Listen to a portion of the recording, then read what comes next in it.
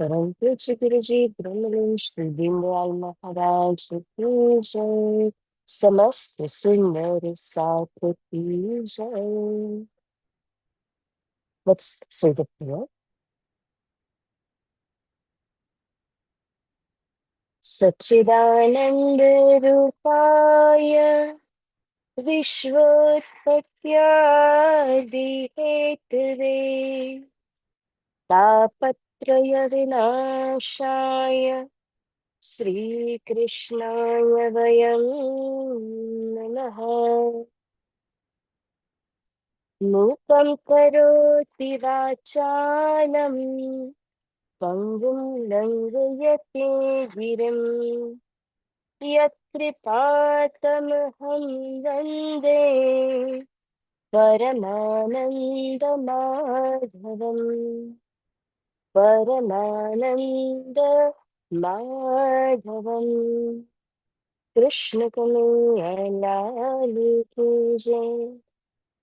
Sono Pranam.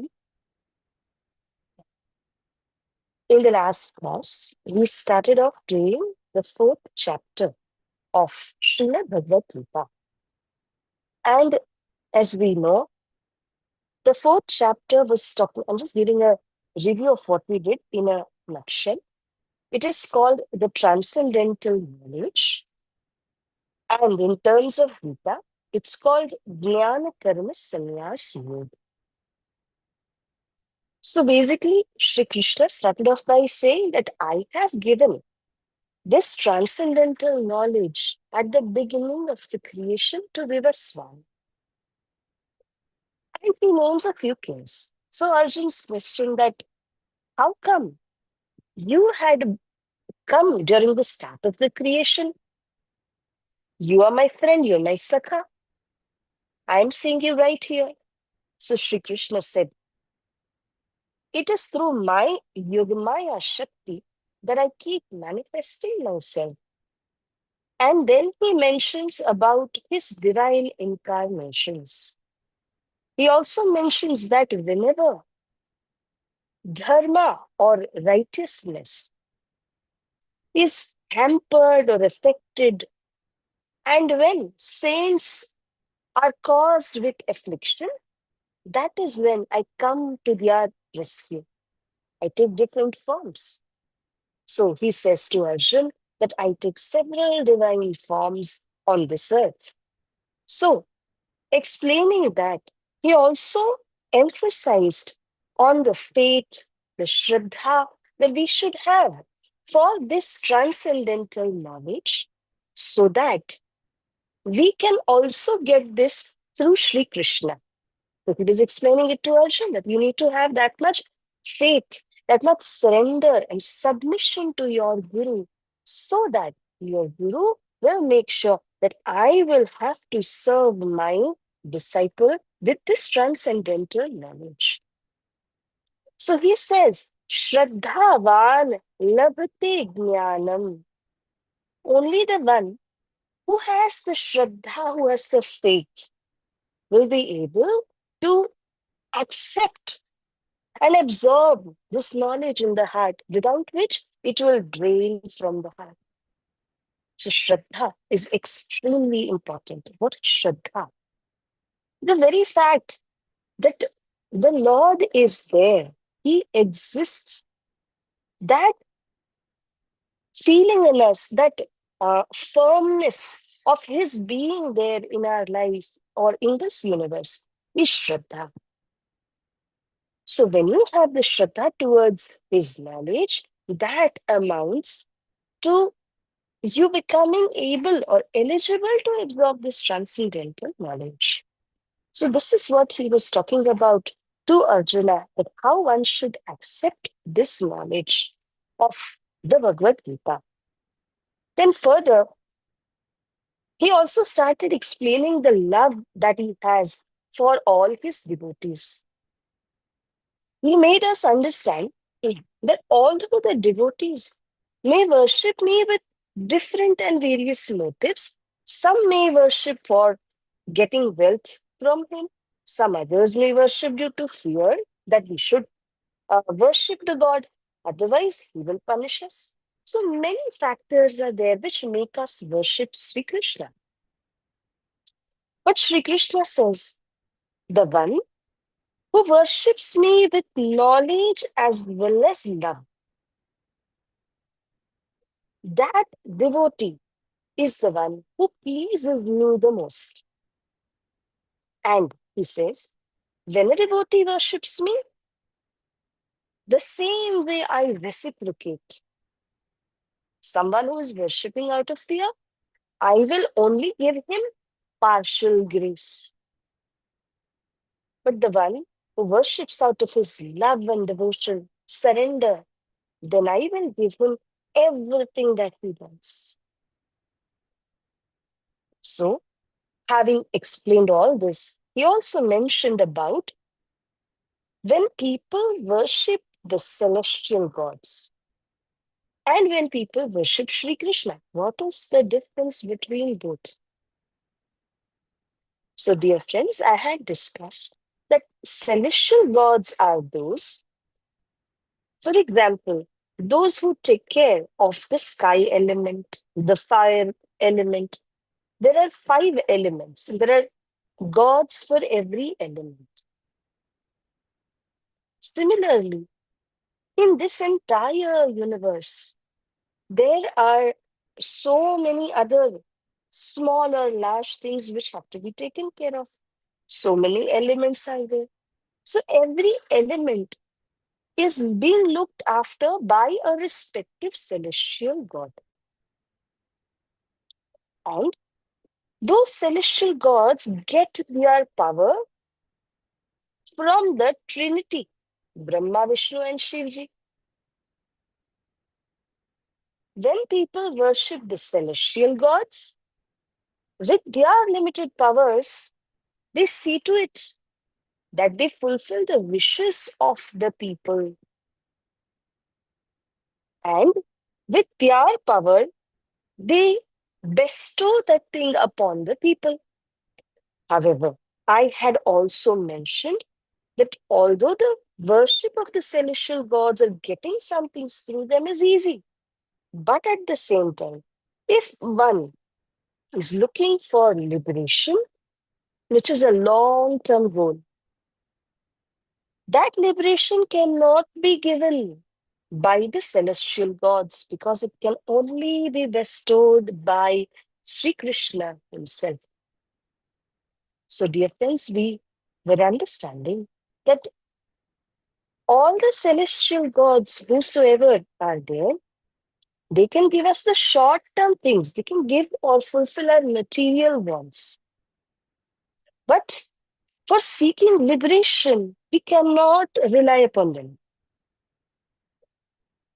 But when one worships Sri Krishna alone, he sees to it that he is not only fulfilling your material desires as well, and he gives you the eternal liberation too. So, the whole idea is that Sri Krishna says, "Oh Arjun, if you surrender to me completely, I will look after anything and everything that you want." Whereas those who worship the celestial gods will only get those material desires fulfilled through them. So, Sri Krishna, who is the supreme divine personality, he is called Purna Brahma Paramatma. He says this himself, that you surrender unto me, and I am there to fulfill anything and everything, all the wishes, be it the material wants, or be it the want of the soul. Everything I will be able to fulfill. So, in this way, Sri Krishna had explained to us so far in chapter 4. Now, till the last time, I had discussed up till, I think, point number 7, and we had done the 5th sub point in point number 7. Okay.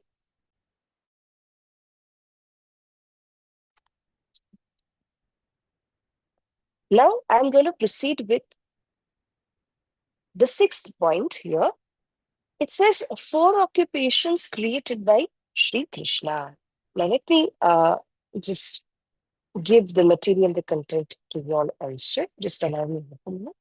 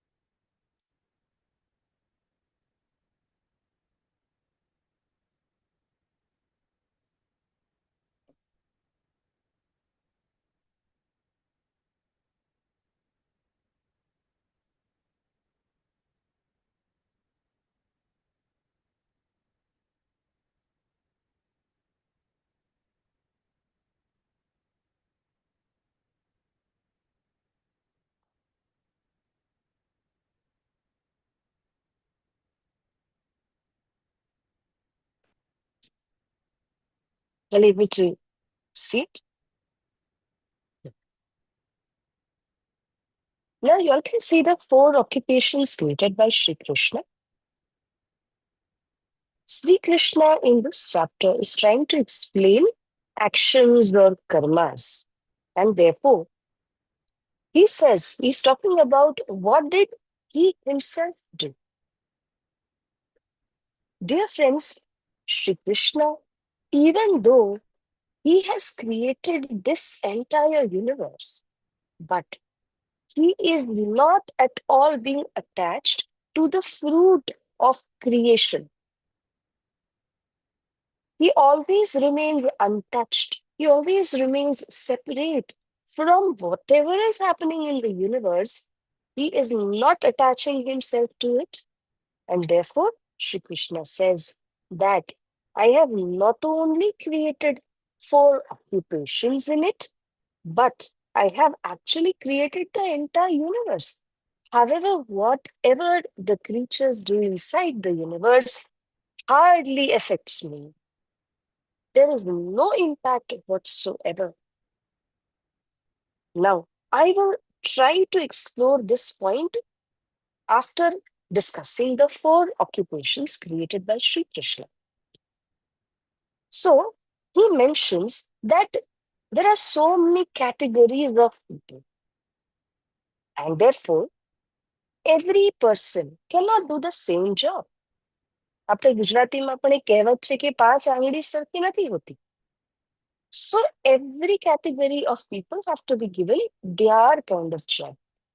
Now, there are people who want to do service. There are some other people who want to indulge in doing trade or business.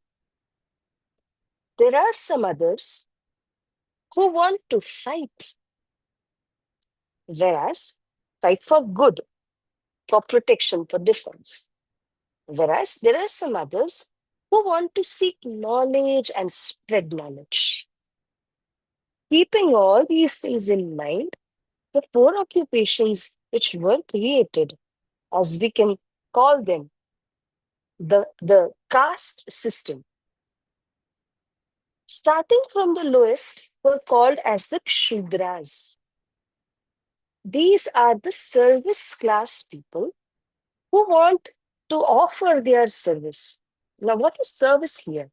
Service in the sense of if one is a barber, if one is a milkman, if one is, dealing in cleaning houses or those things.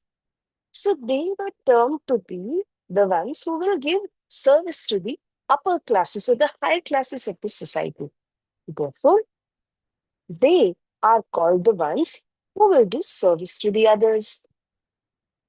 Similarly, there's another category of the people who are interested in tradesmanship, in business. So they are given the job of spreading their business or dealing in terms of buying and selling and making profits and earning profits. They are called Vaishyas. And now we are moving from the lower to the high category. The third in this class is called the Kshatriyas. They are the warriors, and they are allocated the duty to defend whenever there are crises or there are war-like situations. They are the ones who will defend righteousness. They will defend the others, the weaker sections of the society. And then finally, the fourth, above all, are the ones who seek knowledge, who spread knowledge. They are called the Brahmins. So these four categories were also created for the good of the society. Dear friends, do not be mistaken. Sri Krishna's vision of creating the four occupations is to make the dealings within the society very systematic. However, what do people do? Now they started pulling legs of the others by saying that yes, we are the higher class, you are the lower class. And we know the amount of injustice or the amount of tauntings which are done to the lower class people. However, we need to know that it was all done to make the entire society very, very systematic. So, the warriors were also selected. The ones who could spread the knowledge, they were also selected. We also need people who want to do seva, want to do service. They were also given their job. And in the same manner, those who could trade, who could bring things from outside, sell it here, or take things from the homeland and sell it outside, all those things were perfectly managed. So the four occupations were created. Now, the interesting aspect of the sixth sub-point you all will see is that although I am the creator of this system, know me to be the non-doer and eternal. That's the beauty. When you do a certain thing, if you do not happen to take the onus of it, then the fruits of whatever actions you are doing, those fruits, you're not attached to the fruits, right? Therefore, the, the karmas you perform will not affect you at all. Even though you have done the karma, even though you have done the action, this point is driving us towards action and inaction. Very, very important to understand in life. Very important concept of Bhagavad Gita. So, Shri Krishna says, even when I have created the universe, I have created the four categories of occupations, I am still the non-doer. Having created, I do not make myself attached to the fruits of the universe or to the fruits of creation. That's why I stay untouched. Now, if you look at the seventh subpoint, it says, untainted. Sri Krishna is mentioning very, very clearly that even when I have created the universe, this is my action. Despite of that, I am untainted, I am blemishless. Why? Those actions which are performed by the creatures of the universe are not going to affect me. So I remain untainted. I am desireless. I am free from any actions. Now, slowly, we have come to the point 8, which says that what is action and what is inaction? Okay. Now, since I'm going to do a very important point, my request would be if I could see you. As it is, we are a handful, and uh, what happens is I start losing connection when I cannot see anyone on screen. So it becomes difficult for me to, put up the points correctly. Um, Sorry, Sakemu. I'm with the people, so you know, I won't be able to yeah, take yeah, sure, the camera on. Thank you. sure. Sorry. Yeah, okay, all right. So let's go to the point number 8. It says action and inaction. When we perform a certain action, for example, if I just lift up a pen, okay, this is termed to be an action. If I just join my hands or clap my hands, it also amounts to an action. After an action, the fruit of the action will accrue. We have to keep it clear in our mind. Then, the second term which we are talking about is called inaction, which means there is no action in it. Now, how do we understand these two terms? They are absolutely contradictory, isn't it? Shri Krishna says the same thing, that there are two things, Arjun, that I'm going to explain to you. One is doing your karmas, action, and keeping yourself away from it or unbound by it. That's called inaction. So if you read the point 8, you will see inaction. The uh, importance of understanding action versus inaction is that in our life, many a times we have to perform actions compulsorily. But if we are not registering our mind into it, it amounts to inaction. I'll tell you a small story to make it clear. Once upon a time, a saint was talking to his disciples. There were two disciples, and the saint was guiding them that in order to purify yourself and practice celibacy, you all will have to keep away from girls or females because they were in an ashram. So, to practice celibacy and to keep yourself pure, you have to keep away from girls. Now, this is what is being taught to the young boys.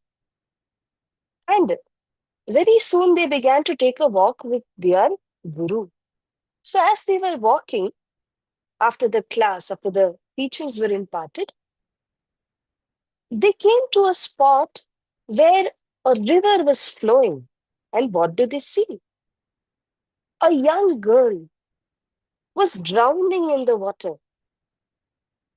and she was sinking to such an extent that the water had entered into her body and she was full of water. So she could not even breathe. She could not even shout, "That save me." But these people happened to see her.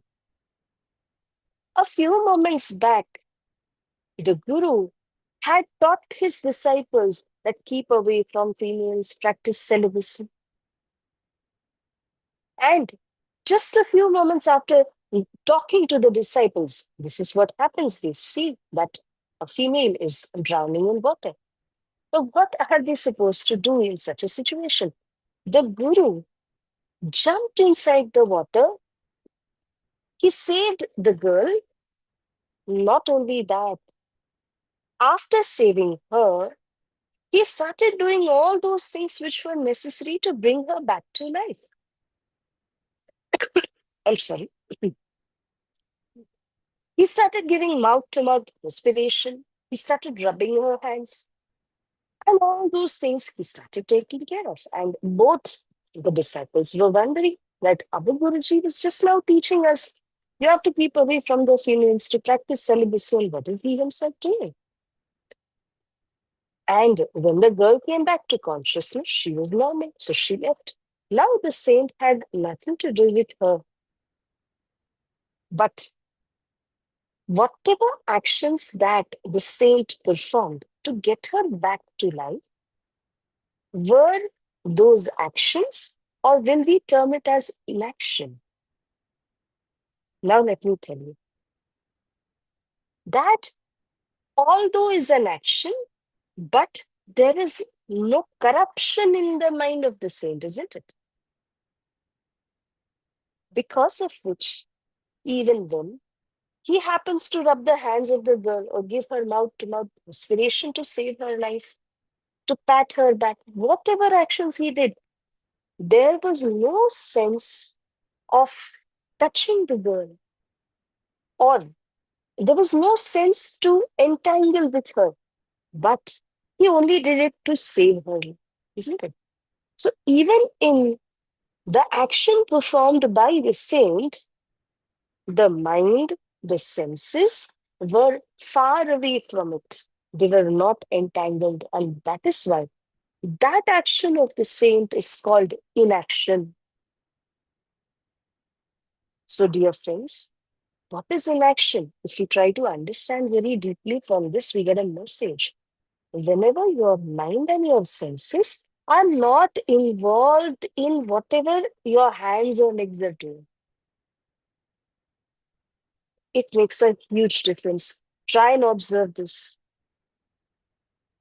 That comes out to be inaction. I will also give you the opposite example to make you understand. There's another example which says that one person, individual, he is sitting in the corner of the room and he is just thinking about what my friends would be doing, those who have gone on vacation. They must be enjoying, they must be doing so and so things. And because of which, just a moment, and because of which, the person, although he is not actually involving himself in the actions, but his mind and senses are doing actions. Do you all understand it? So, we are just trying to figure out in any action, if the mind and the senses are doing it purposely, that's called action performed by us. But even if we are doing a certain action and there is no guilt in the mind, then that action which is done is inaction. Is it making sense? Is there clarity, or do you all want to ask anything? It's actually a in-depth concept, and Sri Krishna has himself mentioned this. The wise also, the scholarly people also will be finding it very difficult to understand action and inaction, because it's a very, very subtle thing to understand. बहुत सूक्ष्म बारीक वस्तु है that we have to apply our mind and understand. Yet another example I can give is of a doctor. A doctor uses a knife. Why? Because he wants to cut a portion of the patient's body. Is he doing it purposely? Is there guilt in the mind that I'm going to use the knife and cut my patient? No. If the same knife is used by a killer, he kills the person. That same knife will be used for harming the others. So there is guilt in the mind of the killer, but there is no guilt in the mind of the doctor. He is doing it to save someone. Therefore, the action of the doctor is inaction, because his mind, his senses are not filled with guilt or not filled with some wrong intentions. See, intentions lie in the mind. The mind has to be clear. The mind has to be pure enough such that whatever actions you do, those actions, you should not be guilty after doing it. If a mother, I don't know, it does not happen in US, so you all will find it strange, but in India it happens that a mother will give nice beating to the child. The child makes a mistake and the child is beaten up by the mother. But why? Was that to harm the child? No. The mother just wanted to correct the mistake of the child. So her action of beating is inaction. Why? Because she's doing it for the good of the child and not intentionally or not with a guilt in her mind. So, all said and done, slowly and steadily, we'll try to take examples and try and understand action and inaction. And let me tell you, if the topic is difficult to understand, it's even more difficult to apply. But the one who's able to understand this wisely, I'm damn sure the person will stand out amongst the crowd because he will be able to follow what Sri Krishna is asking Arjun to follow, or the advice of Sri Krishna would be implemented by him in his life. So it's very important that we try to make an attempt, understand action and inaction. If the question is in your mind, how does it affect Arjun? Then let me tell you. Arjun is a warrior. He's made to fight by Sri Krishna, isn't it? Even then, he is caught in a dilemma that all these are my friends and relatives. Whom should I kill? So Sri Krishna says to Arjun, the action of fighting by you, Arjun, being a warrior, will be termed as inaction. Because for whose sake are you fighting? You are fighting for the sake of righteousness, for dharma. You are fighting when I am asking you to fight. That Shri Krishna is asking him to fight. Therefore, Arjun's action of killing will also amount to inaction. Above all, very simple example or very clear that when Sri Krishna killed so many demons during the Gokul Leela in Mathura, you can see, did the killing of the demons by Sri Krishna, yeah, I'll just come back to you, Pragnana.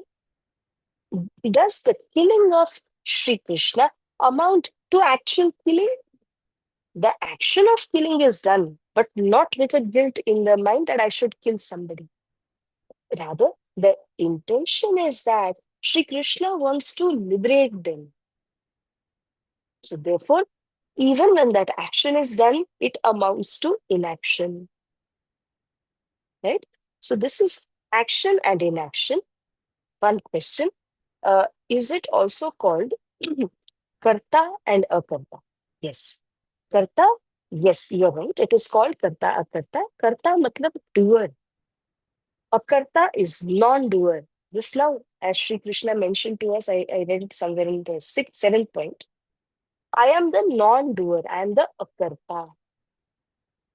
કરવા પછી પણ મેં નથી કર્યું એના જેમ. Because I have not done with a guilty intention or a wrong intention in my mind. Okay. Finally, before proceeding, um, is it clear so far? Any questions? Please let me know.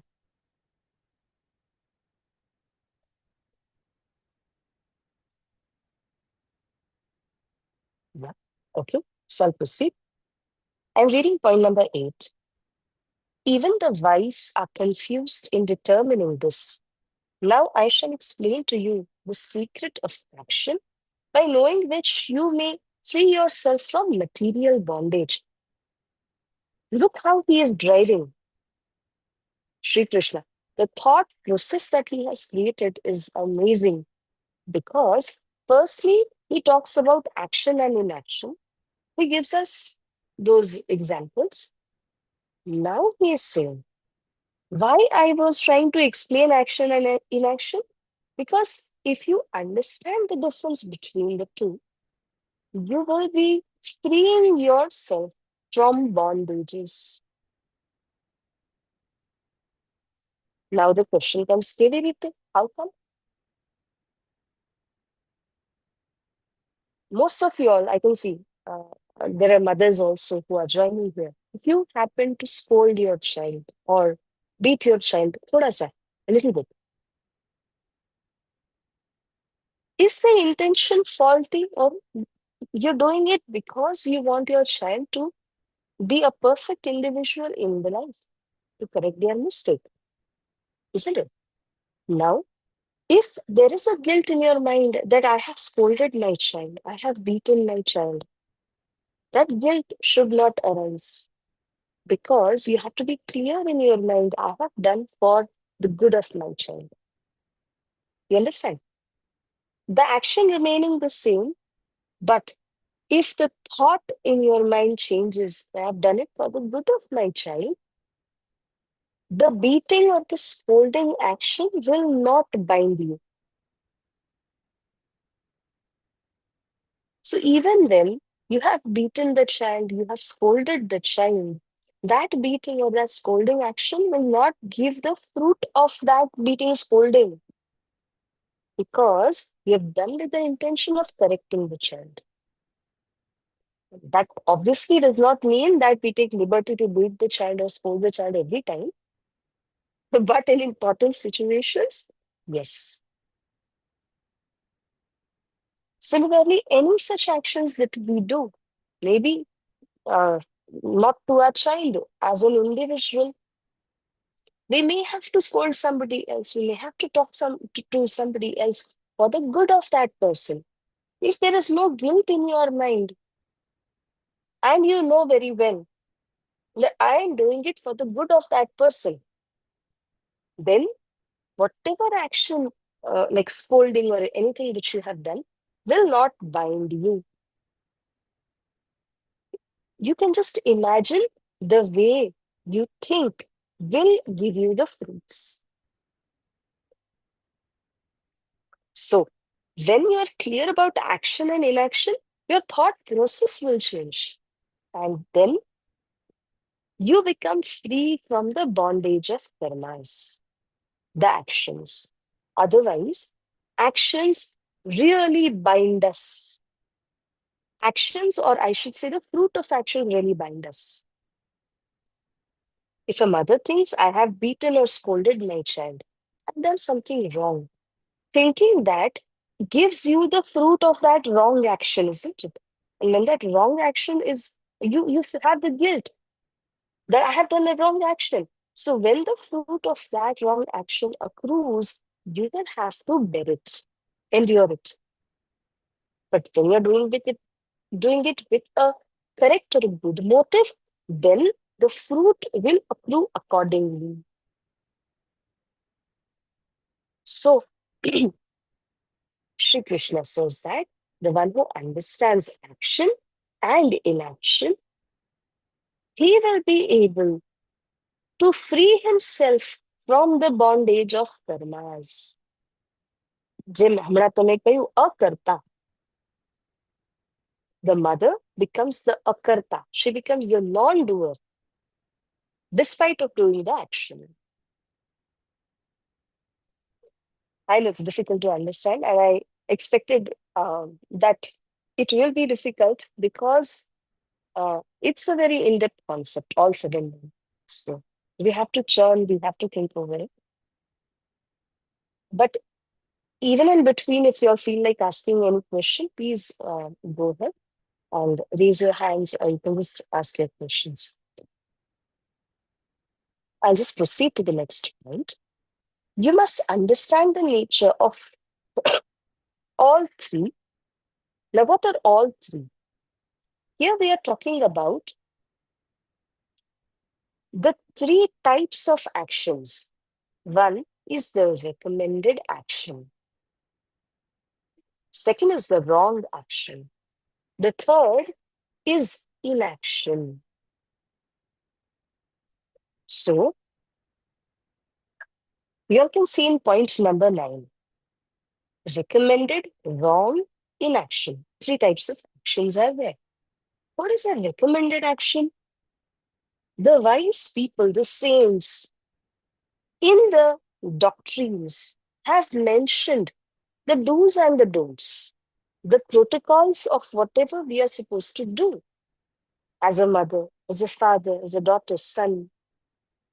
Our responsibility towards the family members, our responsibility towards the entire society, everything has been mentioned crystal clearly in the doctrines. Those actions which are supposed to be performed by a mother, for example, or by a student, have been mentioned. So if we follow those actions, we are following the recommended actions. Whereas if we go against it, we are doing the wrong actions. In simple terms, for those who have been listening to Vani Charcha and all those things, you all may have heard the words Vidhi Nishedh. Vidhi એટલે the do's. આપણે શું કરવાનું છે? નિષેધ એટલે કે જે નથી કરવાનું. ચોરી નહીં કરવાની, ખોટું નહીં બોલવાનું. So all those come under the nishedh, don'ts. Inaction is what we just now understood. So Krishnaji has bifurcated actions into recommended, wrong, and inaction. That is what we are seeing in this point number 9.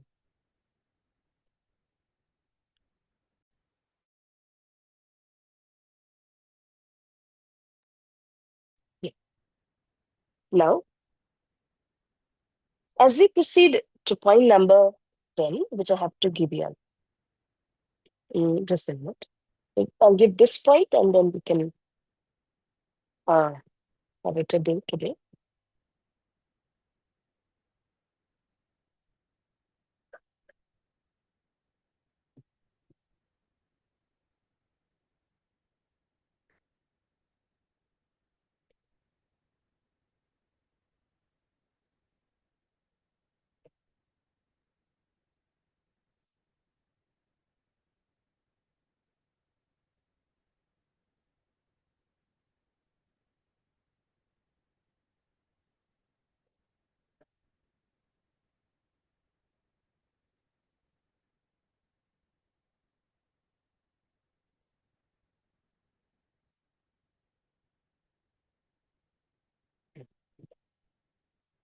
I have given 2 more points for today.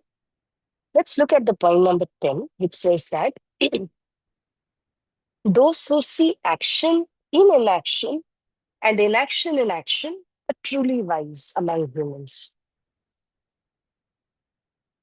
Imagine if, in the example of the saint saving the girl, if he would have decided that let me not touch the girl, it goes against my vow, the girl would have died. To save her life, this is an exceptional case that the saint had to touch her. Therefore, if he would have decided, I will not perform the action of jumping into the water, of saving the girl, bringing her out, touching her, then she would have died on the spot. But since he decided that I will do action, but that will not have any guilt in my mind, that amounted to inaction. In the same way, many a times in our life, we will come across situations where, although we are performing a certain action, there is no guilt in the mind, there's no fear, there's no bondage in the mind, and therefore it will become inaction. The fruits of touching the girl or giving her mouth to mouth respiration or rubbing her back will not accrue to the saint at all because there was no guilt. He had not done it with that concept in his mind. So Krishnaji says here, Although performing all kinds of actions, those who are the masters, the wise people, even they may not be able to understand action and inaction. It's very difficult. But if the mind is pure enough, it will be able to understand and absorb action and inaction. Now, he gives us examples. Look at the beautiful examples of the kings which we can read here. Dhruv, Prahlad, Yudhishthir, Prithu, Ambarish. All these are world renowned kings, and you find the stories of these kings in Bhagavad, Shrimad Bhagavat Mahapuran.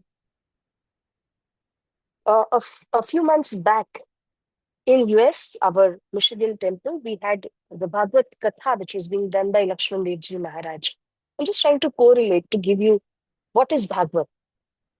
So do not be confused between Gita and Bhagavad, for which I'm trying to uh, give you a connection. So Bhagavad is another Granth, it's another scripture where you find stories of so many kings. Those are glaring examples of the ones who have been ruling huge kingdoms. So, how can one say they have not performed any action? Of course, they are ruling the kingdom. They have to punish someone, they have to reward some others. They are doing their duties. But please, very subtly think over it. Even when they are ruling the kingdom, they are punishing some and rewarding some others. That is not touching them, that is not affecting them. Why? Because they are doing it as a part of their duty. I am a king and I'm supposed to do it. That is my dharma. And whenever he is punishing somebody, he also knows that just because of his mistake, that I had to give a certain punishment. I'm not doing it purposely. I'm doing justice to him. When he is rewarding somebody, he will not reward unnaturally or unfittingly. He will reward as per the action that the person has done. So again, he's being just. He is completing his part of duty. For such kings, whom I named just now, despite of ruling an entire kingdom, a massive kingdom, that the action of ruling the kingdom becomes as good as inaction. It is done with a dutiful mind. I am doing my duty. I am not attached to the fruits of whatever I am doing. The Lord has made me become a king, sit in this position, and therefore I am supposed to do it.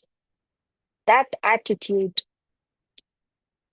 and more so, whenever they perform their duties as well, those duties, they do not stick to the fruit of the duties, don't bind themselves to the fruits of the duties. They will surrender those fruits to the Lord, and there is a full stop after that. They do not wait that I have been ruling the kingdom for so many years. Oh Lord, now you give me some reward. That is not what they think. They're doing it with a mind that I am performing my duty. So, all these examples are given because these kings are not entangling in the material desires as a king. They are performing the ruling as a part of their duty, not to gain something.